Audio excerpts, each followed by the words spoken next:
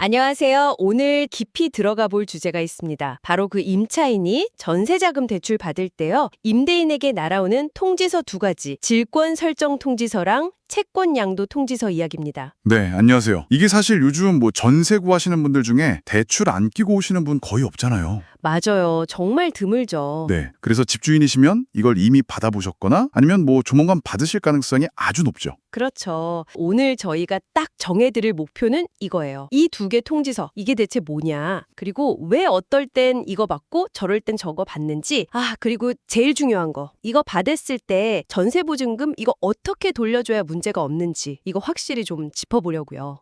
네, 중요한 내용입니다. 자, 그럼 한번 시작해볼까요? 예전에는 사실 임대인분들이 좀 혹시 나한테 불이익이라도 올까 봐서 전세자금 대출 동의를 꺼리시는 경우도 좀 있었잖아요. 근데 요새는 분위기가 완전히 바뀌었죠. 많이 바뀌었죠. 대출이나 보증보험 이거 가입 동의 안 해주시면 아예 세입자를 못 구하는 상황이니까요.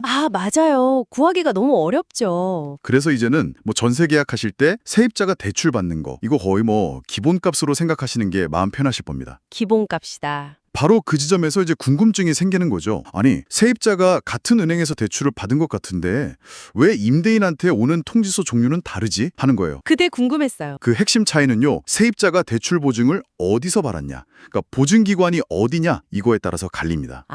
보증기관의 차이군요. 보내주신 자료 보니까 딱 두 군데네요. 우선 세입자가 주택도시보증공사 허그라고 하죠. 거기서 보증서를 받으면 임대인께서는 채권양도 통지서 이걸 받으신다는 거죠? 맞습니다. 채권 양도. 이게 말 그대로 그 임차인의 보증금 돌려받을 권리, 그 채권이 통째로 은행에 넘어갔다 이런 뜻인가요? 정확합니다. 보증금 반환 채권 전체가 양도된 거죠, 은행으로. 그러니까 계약 끝나고 보증금 줄 때는 그냥 고민 없이 보증금 전액을 은행에 딱 보내야 되는 거고요. 네, 허그 보증의 채권 양도 통지서면 전액 은행 반환입니다. 그렇군요. 자, 그런데 다른 경우가 있죠. 세입자가 서울보증보험 SGI 여기서 보증서를 받으면 질권 설정 통지서 이걸 받으신다고요? 네, 질권 설정 통지서. 이건 좀 달라요. 어떻게 다른가요? 은행이 보증금 전체에 대한 권리를 가져간 게 아니고요. 딱 대출 원금이랑 이자 정도 그 금액에 대해서만 우선적으로 변제받을 권리, 즉 질권을 설정했다는 뜻이에요.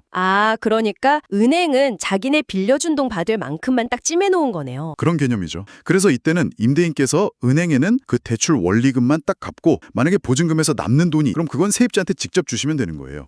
그럼 채권 양도는 보증금 전체 소유권 이전 같은 느낌이고 질권 설정은 보증금 중에서 대출금 부분만 딱 담보 잡힌 거? 이렇게 생각하면 좀 이해하기 쉬울까요? 아주 적절한 비유입니다. 이해하기 쉬우시네요.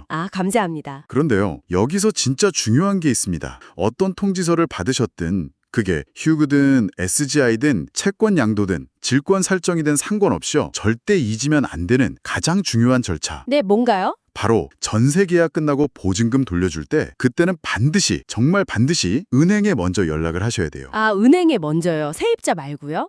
은행에 먼저 연락해서 지금 시점에 은행에 갚아야 할 돈이 정확히 얼마 남았습니까? 이걸 최종 확인해야 한다는 겁니다. 이 절차는 절대 빼먹으시면 안 돼요. 와, 그럼 만약에 그냥 세입자 믿고 어련히 은행에 잘 갚겠지 하고 보증금 전액을 그냥 줬는데 만약에 그 세입자가 돈을 안 갚으면 은행에서 임대인한테 또 돈 달라고 할 수도 있다는 건가요? 이중으로. 바로 그 위험 때문에 이 절차가 있는 겁니다. 은행은 자기 채권을 확보하기 위해 임대인에게 청구할 수 있어요. 이야, 생각만 해도 아찔한데요? 그러니까 꼭 확인하셔야죠. 혹시 은행에 연락하면 절차가 좀 복잡하거나 시간이 오래 걸리거나 그러진 않을까요? 좀 미리 알아두면 좋을 만한 팁 같은 게 있을까요? 좋은 질문인데요. 보통 해당 은행 지점이나 대출 담당 부서에 연락하시면 되고요. 임대차 계약서랑 통지서 같은 거 준비해 두시면 좀 더 원활할 수 있습니다. 서류 준비? 네, 물론 바로 1분 만에 딱 알려주진 않을 수도 있죠. 대출권 확인하고 상환에 계산하는 시간이 좀 필요하니까요. 그렇죠. 하지만 아까 말씀드린 그 이중 변제 위험을 생각하면 이건 반드시 거쳐야 하는 필수 과정인 거죠. 사실 이 절차 자체가 근본적으로는 돈 빌려준 금융기관을 보호하기 위한 거거든요. 그렇군요. 은행 보호 장치. 그러니까 임대인 입장에서는 조금 번거로우시더라도 꼭 지키셔야 합니다. 다시 한번 정리해 드릴게요. 네, 부탁드립니다. 자, 1단계. 보증금 돌려줄 날짜 다가오면 은행에 전화해서 갚아야 할 돈, 상환액을 확인한다. 네, 확인. 2단계. 그 확인된 금액을 은행에 먼저 보낸다, 송금한다. 은행에 먼저 송금. 그리고 3단계, 만약에 받으신 게 질권 설정 통지서였다면 은행에 보낼 돈 빼고 남는 돈, 그 차액이 있을 수 있잖아요. 네, 있겠죠. 그 차액은 임차인에게 직접 지급한다. 이 순서, 이걸 꼭 지키시는 게 안전을 위한 최선책입니다. 네, 명심해야겠습니다. 와, 오늘 이야기 들어보니까 결론은 딱 하나로 모아지네요. 임대인으로서 질권 설정 통지서를 받았든 채권 양도 통지서를 뭐 복잡하게 생각할 거 없이 보증금 돌려주기 전에는 그냥 무조건이죠. 은행에 먼저 전화해서 확인하고 그다음에 돈 보내는 절차. 이것만 지키면 불필요한 분쟁이나 금전적인 손실 이런 걸 막을 수 있다는 거네요. 정확합니다. 그것만 기억하시면 됩니다. 임대인에게는 정말 중요한 체크포인트죠. 이거 진짜 꼭 기억해야겠어요.